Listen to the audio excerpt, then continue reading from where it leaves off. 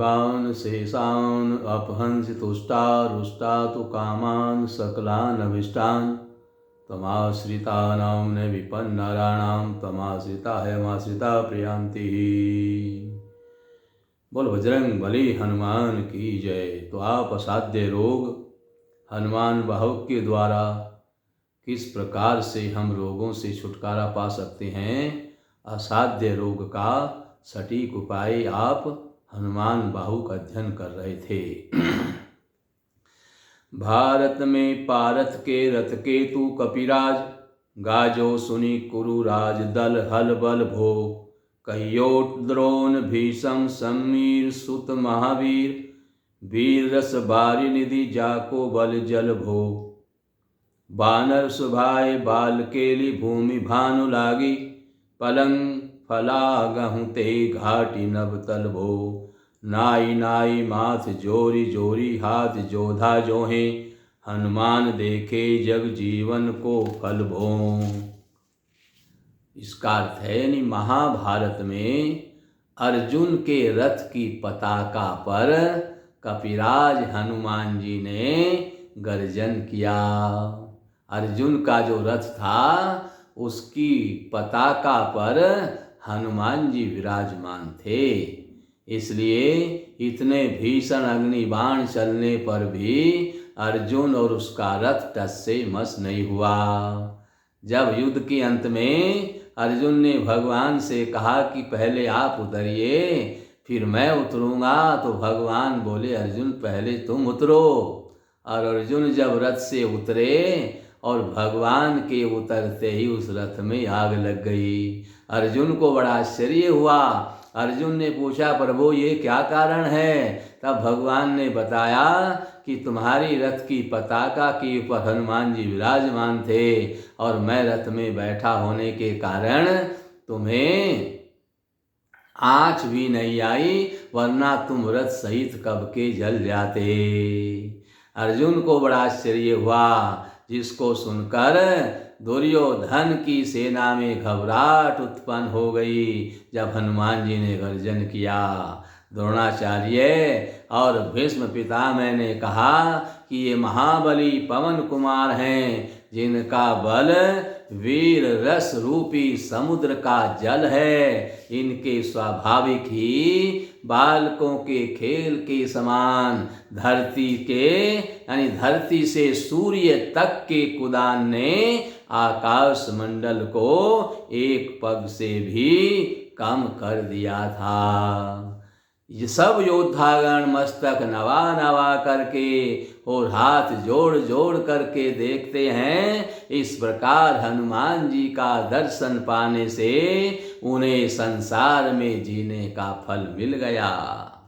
गोपद पयोधिकारी होलिका जो लाई रंग, गोपद पयोधि हरि होलिका जो लाई लंक, निपट निसंग परपुर गल बल भो, द्रोण सो पहाड़ लियो ख्याल ही उखारी कर, कंदुक जो कपि खेल बेल कैसो फल भो, संकट समाज असमंजस भो राम राज, काज जुग पुगनी को करतल पल भो, साहसी समत तुलसी को नहा जा की वहाँ, लोकपाल पालन को फिर थिर थल भो।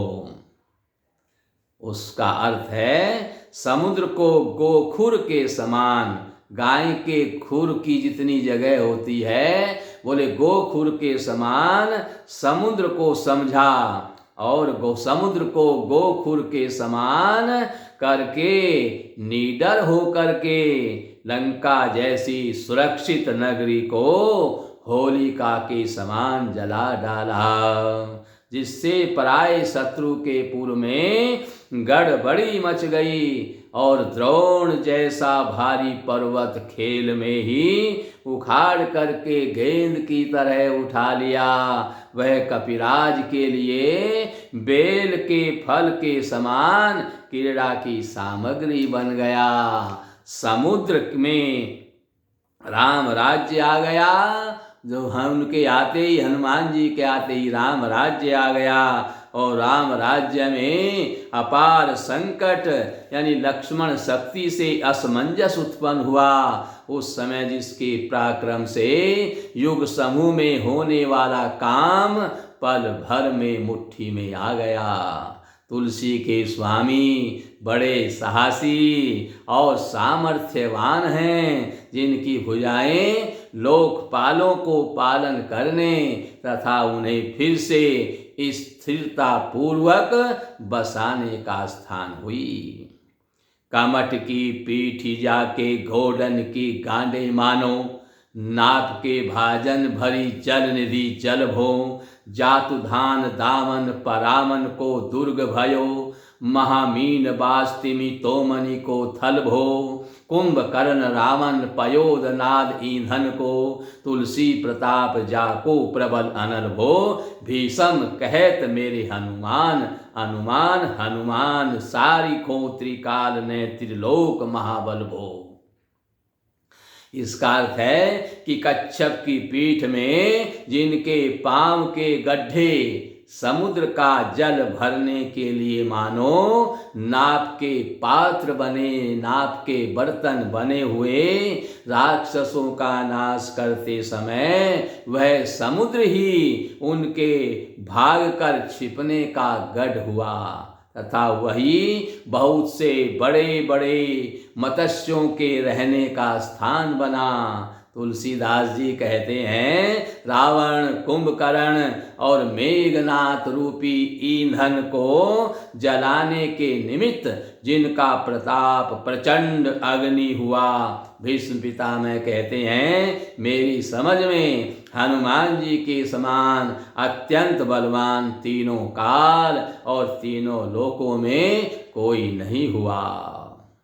दूत राम राय को सपूत पूत पौन को तू, अंजनी को नंदन प्रताप भूरी भानु सो, सिय सोच समन दुरित दोष दमन, शरण आई अवन लखन प्रिय प्राण सो, दस मुख दुसय दरिद्र दरिबे को भयो, प्रकट त्रिलोक ओक तुलसी निधान सो, ज्ञान गुणवान बलवान सेवा सावधान, साहेब सुजान और आनु हनुमान सो। अर्थ कहते हैं कि आप राजा रामचंद्र जी के दूत, पवन देव के सुयोग्य पुत्र, अंजनी देवी को आनंद देने वाले, असंख्य सूर्यों के समान तेजस्वी, सीता जी के शोक नाशक, पाप तथा अवगुण के नष्ट करने वाले, शरणागतों की रक्षा करने वाले और लक्ष्मण जी के प्राणों के समान प्रिय हैं। तुलसीदास जी के दुसह दरिद्र रूपी रावण का नाश करने के लिए आप तीनों लोकों में आश्रय रूप प्रकट हुए। अरे लोगों, तुम ज्ञानी गुणवान बलवान और सेवा यानी दूसरों को आराम पहुंचाने में सजग हनुमान जी के चतुर स्वामी को अपने हृदय में बसाओ।